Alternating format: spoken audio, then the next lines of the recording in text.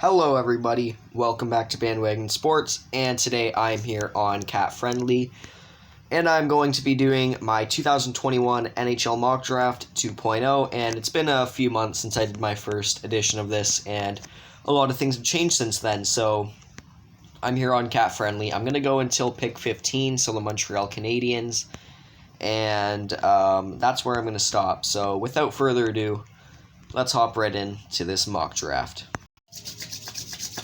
Alright, pick number 1. NHL mock draft, pick number 1. Who do the Buffalo Sabres take? That's a real good question if you ask me. Personally, I'm just going to show you guys who I have them taking. Number 1 overall, Buffalo Sabres. Oh man, an advertisement. That's my absolute favorite. If you couldn't tell, that's my absolute favorite. That is my absolute favorite. Buffalo Sabres select Matthew Veneers. This is just a pretty simple pick for me with all the Jack Eichel trade rumors going around recently and Sam Reinhart as well not wanting to come back and play for the Sabres. I think that Matthew Veneers would be a good pick just in case. I know they have Dylan Cousins, but I think Matthew Veneers honestly makes the most sense here for the Buffalo Sabres at number 1. Just a great player and also a player that they could need if Eichel and Reinhart don't come back. So let's move on to pick number 2. Pick number 2, Anaheim Ducks. How long has it been since the Anaheim Ducks had a top 5 pick? 1977 when they weren't even around? I have no clue. Anaheim in this position, though, I have them taking Owen Power. I mean, what can I say? Owen Power is probably the best player in this draft class. But, oh my god, my face cam is glitching out. Can you guys see that? I'm disappearing already. It's halfway there. That's so weird. But anyways, Owen Power, number 2 overall. Anaheim Ducks kind of need a good left-handed prospect to put beside Jamie Drysdale.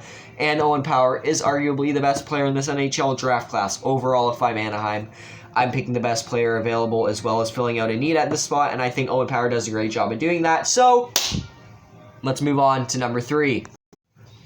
Okay, Seattle Kraken fans, don't get pissed off at me when I make your selection here because I know you're going to. Goaltender Jesper Wallstedt goes to the Seattle Kraken at 3. Yell at me all you want. I do not care. This is my pick. Honestly, I think if you're starting out a franchise, there's no better way than picking a franchise goaltender, especially one of Jesper Wallstedt's quality.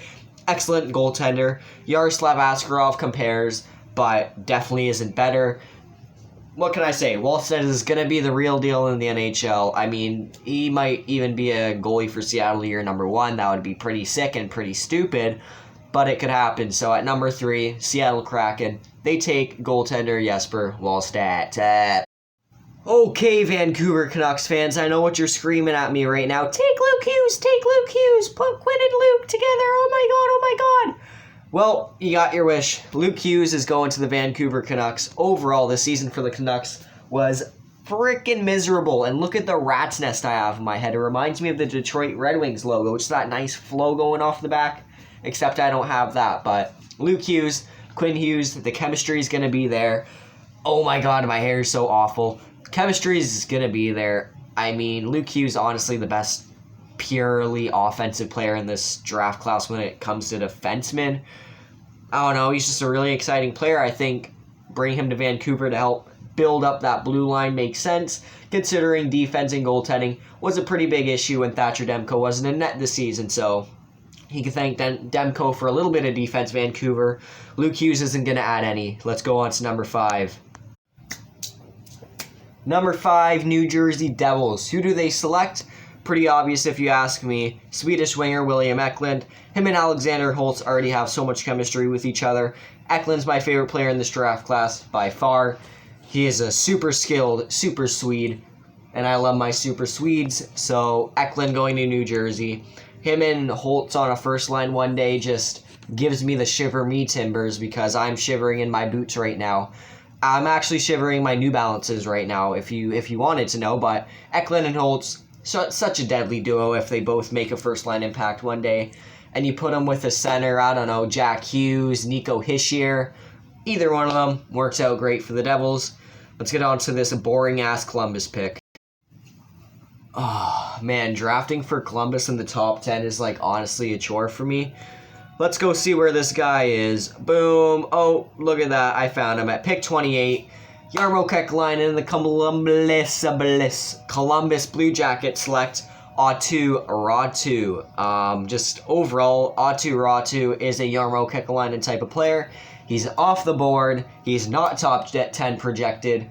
And he's a defensive-minded player. So overall, I think this is going to be a good pick for Jarmo Kekalainen. Aatu Räty does still have that boom or bust potential, in my opinion.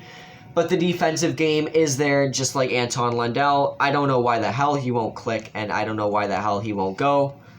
But, oh, look at that. Click player to draft. I did that, and it doesn't work. But Aatu Räty goes to the Blue Jackets at 6. The Detroit Red Wings, I cannot speak. The Detroit Red Wings have pick number 7. Okay, you angry Steve Yzerman lovers, let's go. Detroit Red Wings at 7. What's a Steve Yzerman type pick at this position? Well, I got one for you. Boomer bust potential. Simon Edvinsson, Swedish defenseman. I honestly think that Edvinsson's a great player. I honestly think that he is the worst passer in this draft. And I honestly do think that he is a huge risk for Yzerman to take. But you get a legit chance at a number 1 defenseman here. And Steve Yzerman took a chance on Moritz Seider. It worked out. Yzerman's a great drafter. I think he'll have faith in Edvinsson at this spot, and I think he'll draft Edvinsson at this spot if he's available. You know, just an overall great player. Great defenseman. Boomer bust potential. Everything that Steve Yzerman loves. Let's move on to pick number 8. Congratulations, LA Kings. You finished your 10 years at the top of the NHL, and now it's time for you to suck some Donkey Kong balls. For a few years at least, hopefully. But overall, LA Kings have a great prospect pool. Here at number 8, I think they go nice winger, Dylan Gunther, probably the best player available. And on top of that, they don't really have any amazing wing prospects coming up right now. I think this is a perfect excuse for the Kings to grab one early on in this draft. Dylan Gunther, I love the guy. I think he's super underrated in this draft. Here he's not, though. Number 3 is perfect for Gunther, in my opinion, but also, you know, definitely underrated on a lot of sites. But overall, just a great pick. Dylan Gunther plays both sides of the puck really well. And you know what? He'll help the Kings suck balls a little bit less. Who has pick number 9? The San Jose Sharks. That's going to be pretty interesting. Okie dokie then. Let me lay down real quick and pick number 9, the San Jose Sharks. Let's go. They go top of the leaderboard here. Killboard, Brant Clark goes to the San Jose Sharks at 9. Overall, Brant Clark is just a player the San Jose Sharks need. Brent Burns isn't getting any younger. His slap shot has diminished to a piece of acorn flying at the goalie, and it is just not good. Offensive instincts are off. Mark-Edouard Vlasic is one overpaid piece of dog shit, and that whole defensive core is just kind of bad. They have bad defensive prospects, except for Ryan Merkley. Overall, they just need defensive prospects that can actually play defense, and Brant Clark is a good job. He does a good job at doing that in Slovakia this year, for Canada, and the U18s this year. He can do it, so pick number 10, Ottawa Senators, coming right up. Pick number 10, the Ottawa Senators are proud to select winger Fabian Lysell from Sweden. He was number 10 ranked for me in the top 10 players of the World Juniors. Wow, the camera just fell a little bit. But overall, Fabian Lysell, I think, is a really high-skilled player. Really just plays both ends of the ice amazingly. I mean, it's just such an underrated player in this draft class. Definitely a top 10 talent, and I think Senators, if Lysell falls to them at 10, that's a really great selection for them. They need some decent winger prospects. They don't really have that superstar wing prospect other than Brady Tkachuk. All the rest are kind of just meh. I mean, Tim Stützle can play the wing, sure, but I don't know. You kind of want him at center maybe, and I'm just thinking about Stützle at center. Salivating to me. Stützle, Tkachuk, Lysell, great duo. Let's move on to 11. Okay, here at number 11, Calgary Flames. Canadian team sucks. So let's get into it. I have them picking center Chaz Luchas. Overall, I think Calgary needs a better scoring game. Their scoring game is just not on point. Sean Monahan at center. I don't think Calgary wants to move on from him, but he's definitely more suited as a good second-line center. I think Johnny Hockey needs someone to pass the puck to, and I think, Chaz Lucius could be a great puck hog one day, just totally ripping it up in goals this year in the USNDP. Just over a goal per game, which is kind of insane. So, you know what? Chaz Lucius at 11. Going to the Calgary Flames. Arizona forfeits their pick. Screw you, John Chaika. Let's move on to the Chicago Blackhawks at pick 13. Alrighty, here at number 13 to the Chicago Blackhawks now. I got a player who's down here on the list quite a bit, but I love him. Fyodor Svechkov. Perfect fit for Chicago at this spot. Great two-way center. Oh my god, great two-way center, can follow after Jonathan Toews. I'm not saying he's going to be as effective as Jonathan Toews, even though I really hate Jonathan Toews. I think Fyodor Svechkov is still a great player, one of the best defensive forwards of this draft, and I think his offensive abilities will follow eventually. Just overall, a pretty safe player to take. He doesn't have a very low floor, so, Fyodor Svechkov, great pick here for Chicago at 13. 14, we got the Philadelphia Flyers. Carter Hart is bad. Can you believe that Ken Johnson hasn't gone off the board until here at pick 14? He is my pick.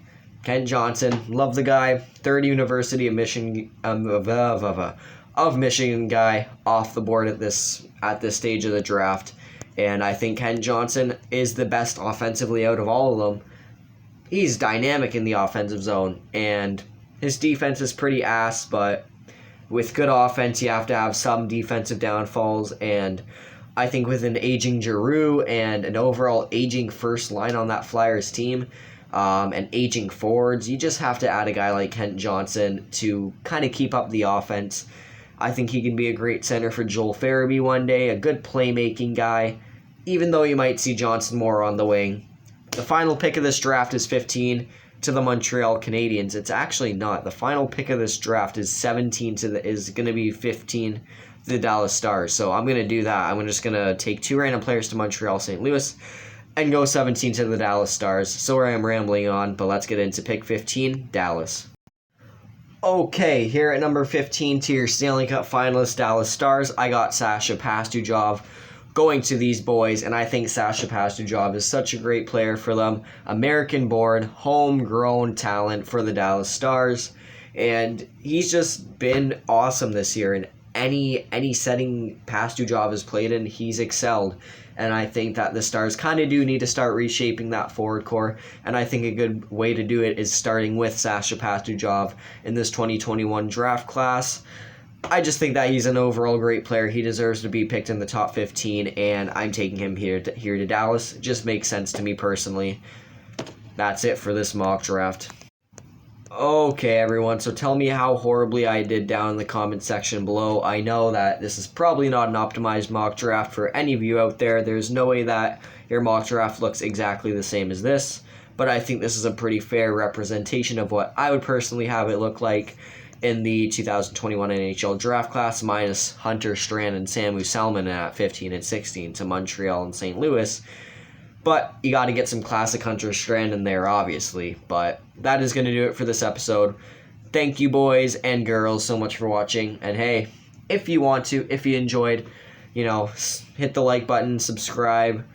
You don't think you have an obligation to do it, but I would love it if you did. But if you just came along for the ride, glad you made it this far, so thank you all so much for watching, and I'll catch you in the next one, but for now, bye.